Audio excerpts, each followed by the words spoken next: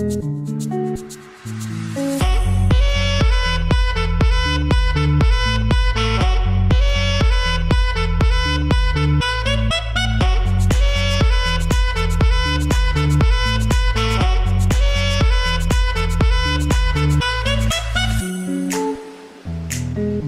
structure de journalistes d'investigation, OMIC signifie Observatoire des médias d'investigation du Congo. Et nous avons notre président, il est là, Justin Koufuta. Nous avons notre membre, donc le président du jury, il est là, Toussaint Boussingue. Blonde Mabungu, elle est la parsec du président.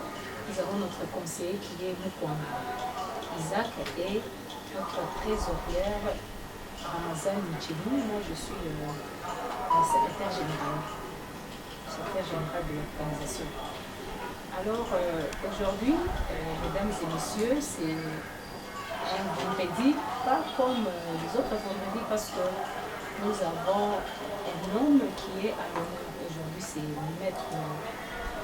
L'exemple typique, c'est Maître Clément Moussa Kayembe. Maître Clément Moussa Kayembe joue un grand rôle dans ce pays, peut-être vous-même ne le savez pas. Il participe souvent aux débats politiques et nous avons eu l'occasion de le suivre lorsque on débat et nous avons vu qu'il fait des critiques objectives, il fait des critiques constructives, c'est-à-dire il critique en même temps, il suggère quelque chose, il critique la gestion du pays, en même temps il prêche le patriotisme. Il est particulièrement distingué sur le plan managérial, social, philanthropique et des actions politiques de grande envergure, surtout dans la recherche de la paix et le bien vivre ensemble en République démocratique du Congo. Nous, membres de l'Observatoire des médias d'investigation du Congo, décernons ce présent diplôme d'honneur et de patriotisme à Maître Moussa Kayembe Clément, secrétaire exécutif de l'ECD, chargé du district de la Tchango en signe de reconnaissance. Ce dernier fait partie désormais au cercle restreint de dignes filles et fils de la RDC dévouée pour la patrie. Fait à Kinshasa le 4 juillet 2025, Koufuta Kibula Justin, président. Toussaint Boussingue, il est là, président du jury. Aïa Niembodoui, secrétaire général. Bonjour madame. Aujourd'hui vous êtes à l'honneur, l'OMIC vous a honoré. Que représente le diplôme de mérite que vous venez de discerner? Bon, je lis dans ce diplôme que c'est une récompense par rapport au patriotisme. Et la patrie doit être un dénominateur commun pour les Congolaises et les Congolais. Parce que vous savez que nous sommes en face d'une menace de la balkanisation, en ce moment précis, où la balkanisation a démontré. C'est un projet et il avance. Je pense que les Congolaises et les Congolais doivent rechercher absolument la cohésion nationale pour mettre en échec ce projet.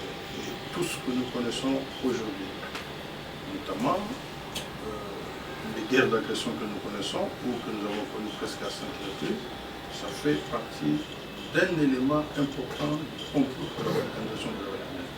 Vous avez suivi les rapports récents des Nations Unies sur cette question précise où M. Kagame est accusé d'être en préparation d'un État indépendant à l'est de la République démocratique. Donc ce n'est pas quelque chose qui date d'aujourd'hui, nous on l'avait déjà dénoncé bien avant.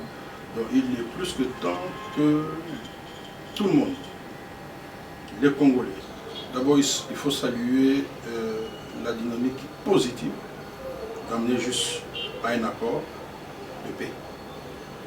Deuxième chose, cet accord c'est une opportunité pour la République démocratique du Congo d'avoir la paix. C'est vrai que comme tout autre accord, il y a toujours des faiblesses. Et l'accord, c'est un objet de discussion, c'est-à-dire de compromis entre parties. Il appartient maintenant aux Congolais de mettre les suivis avec beaucoup de sérieux et de voir quels sont les points qui semblent être faibles et comment y remédier pour que la République ne perd pas. Dans tous les accords internationaux, il y a ce que nous appelons le protocole additionnel ou additif. C'est comme quelqu'un qui a un contrat et que lorsque ce contrat évolue, il a ce que nous appelons un avenant. Donc, c'est un accord, les principes sont là, il y a des choses qui fâchent, mais n'oublions pas que nous avons négocié à genoux. C'est-à-dire que nous avons négocié pendant que la République est occupée, pendant que la République est agressée au terme de la résolution 33-14 des Nations Unies. Donc, il faut faire comme les enfants d'Israël, comme le fils d'Issachar, qui avait l'intelligence du temps pour savoir ce que devait être l'Israël de demain. Donc aujourd'hui, nous comme Congolais, nous devons avoir cette intelligence du temps pour savoir ce que doit être la République démocratique du Congo de demain. Un pays pacifié, totalement pacifié. Un message pour la population qui attend beaucoup après cet accord. Le peuple attend, mais la nation attend. La population va attendre, mais la nation. Tous les jours, les gens sont tués. Nous avons des victimes que nous ne pouvons pas compter, qui vont jusqu'à un nombre qui dépasse même la population du Gabon, de la Namibie. Donc nous avons énormément